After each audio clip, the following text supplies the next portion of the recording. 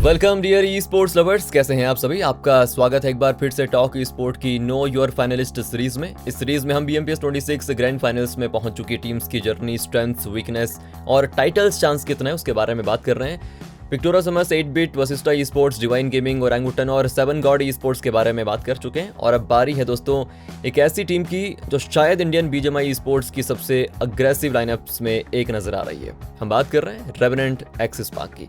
मतलब एक ऐसी टीम जो बिना किसी हेजिटेशन के 4 असॉल्टर्स के साथ टूर्नामेंट में खड़ी उतरी और आज ग्रैंड फाइनल्स में भी पहुंच चुकी है। इस रोस्टर में दोस्तों हमें निंजा जॉर्ड, प्रोटॉन, ट्रेसगॉड और पेन देखने को मिलते हैं। और सबसे इंटरेस्टिंग बात यह है कि इनको लीड कर रहे हैं निंजा जॉर्ड, जिनका ये पहला मेजर टूर्नामेंट है एज एन IGL।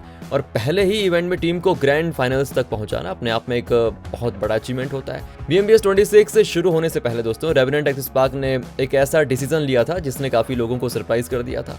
टीम ने अपने कैप्टन पंक को फेयरवेल कर दिया। अब नॉर्मली जब कोई टीम अपना IGL लूज करती है तो वो किसी एक्सपीरियंस लीडर को साइन करती है, लेकिन रेवेनेंट एक्सिस पार्क ने अलग रास्ता चुना। टीम ने किसी नए कैप्टन को लाने के बजाय निंजा जॉर्ड को लीडरशिप दे दी और 4 अग्रेसिव प्लेयर्स के साथ टूर्नामेंट में उतरने का फैसला किया। तो क्वालिफायर्स के राउंड 1 में ये एक्सपेरिमेंट ज्यादा सक्सेसफुल नहीं लगा, क्योंकि उस समय टीम ने 6 मैचेस में सिर्फ 32 पॉइंट्स निकाले और 11वें पे फिनिश किया।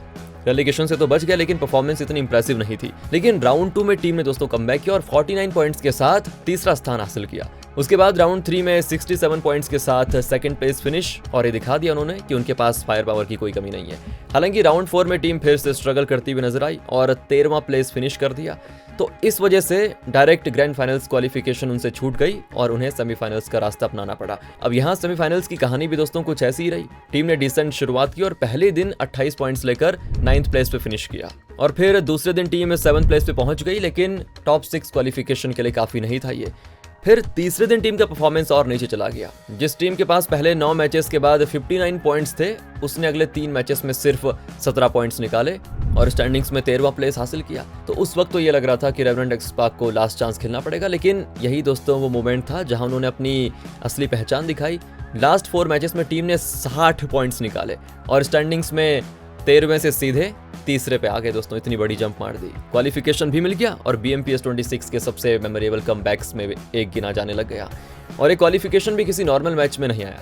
टीम ने आखिरी मैच में 12 फिनिशेस के साथ चिकन डिनर निकाला और उसके बाद प्लेयर्स का रिएक्शन देखकर समझ आ गया था कि उनके लिए क्वालिफिकेशन कितना इंपॉर्टेंट था। इंडिविजुअल परफॉर्मेंसेस की बात करें तो सेमीफाइनल्स में पेन ने सबसे ज्यादा इंपैक्ट डाला। उन्होंने 16 मैचेस में 39 फिनिशेस निकाले और सेमीफाइनल्स के टॉप असॉल्टर बन के उभरे। ENC 26 के लिए उनके सिलेक्शन पे जो सवाल उठ रहे थे, उन्होंने अब उन सभी का जवाब दे दिया है। उसके बाद ट्रेसगॉड ने भी 29 फिनिशेस के साथ कमाल का कंट्रीब्यूशन दिखाया। ट्रेसगॉड और पेन की जोड़ी इस वक्त इंडिया के सबसे डेंजरस फ्रैगिंग डुओज में से एक लग रही है। वहीं निंजा जॉर्ड ने 16 फिनिशेस निकाले और लीडरशिप की जिम्मेदारी भी बखूबी निभाई, जबकि प्रोटॉन ने 12 फिनिशेस के साथ टीम को बहुत ही इंपॉर्टेंट मोमेंट्स में सपोर्ट किया। और सबसे अच्छी बात यह रही कि रेवेनेंट एक्सिस पार्क किसी एक प्लेयर पर डिपेंडेंट नहीं रही दोस्तों। किसी भी मैच में कोई भी प्लेयर गेम टेक ओवर कर सकता है। और अगर स्ट्रेंथ्स की बात करें तो सबसे पहले आती टीम की फायर पावर। ट्रेसगॉड और पेन अपने दिन पर लॉबी को कंप्लीटली डोमिनेट कर सकते हैं। प्रोटॉन एक्सपीरियंस प्लेयर हैं और निंजा जॉर्ड एग्रेशन के साथ लीडरशिप भी अच्छी प्रोवाइड करते हैं। इसके अलावा टीम का कॉन्फिडेंस भी दोस्तों काफी हाई नजर आ रहा है। सेमीफाइनल्स में जिस तरह का कमबैक इन्होंने दिखाया, उसके बाद तो ये टीम जयपुर में किसी से भी डरने वाली है नहीं। लेकिन वीकनेस भी है इनकी। सबसे बड़ी वीकनेस है इनकंसिस्टेंसी। और टूर्नामेंट के अलग अलग स्टेजेस में हमने देखा कि कभी ये टॉप पे फिनिश करती है और कभी बॉटम हाफ में। तो ग्रैंड फाइनल्स जैसे स्टेज पे ऐसे अप्स एंड डाउन्स अफोर्ड नहीं किए जा सकते।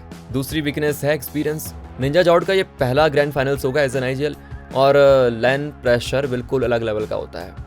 वहीं निंजा जॉर्ड को अपनी इंडिविजुअल फ्रैगिंग भी थोड़ा इंप्रूव करनी होगी, क्योंकि कैप्टनसी की वजह से उनका फोकस नेचुरली कैप्टनसी पे चला जाएगा। ये किसी भी टीम के कैप्टन के साथ होता है दोस्तों। और सबसे बड़ा सवाल है, क्या रेवेनेंट एक्सिस पार्क BMPS 26 जीत सकती है? तो जवाब यहाँ भी हाँ, बिल्कुल जीत सकती है। टीम के पास अगेन फायर पावर है, मोमेंटम है, कॉन्फिडेंस है और क्लच सिचुएशंस में परफॉर्म करने की एबिलिटी भी है। लेकिन अगर ट्रॉफी उठानी है तो कंसिस्टेंसी मेंटेन करनी ही होगी। 2024 में एक्सिस पार्क ने इंडियन BGMI ई स्पोर्ट्स पे राज किया था और 2 बड़े टाइटल्स अपने नाम किए थे। उसके बाद ऑर्गेनाइजेशन को वैसी सक्सेस नहीं मिली दोस्तों। अब निंजा जॉर्ड और उनकी टीम के पास मौका है सभी को याद दिलाने का कि एक्सिस पार्क नाम अभी खत्म नहीं हुआ है। और सवाल बस इतना है कि क्या जयपुर में ये टीम अपनी अग्रेसिव गेम प्ले को ट्रॉफी में कन्वर्ट कर पाएगी या नहीं। आपको क्या लगता है, क्या ये BMPS 26 की ट्रॉफी उठा सकती है? कमेंट्स करके अपनी राय ज़रूर दीजिएगा, और अगर वीडियो अच्छी लगी हो तो लाइक करें, शेयर करें, टॉक स्पोर्ट को सब्सक्राइब करें, और ऐसी और नो योर फाइनलिस्ट सीरीज में बने रहने के लिए देखते रहिए talk sport. Thanks for watching दोस्तों।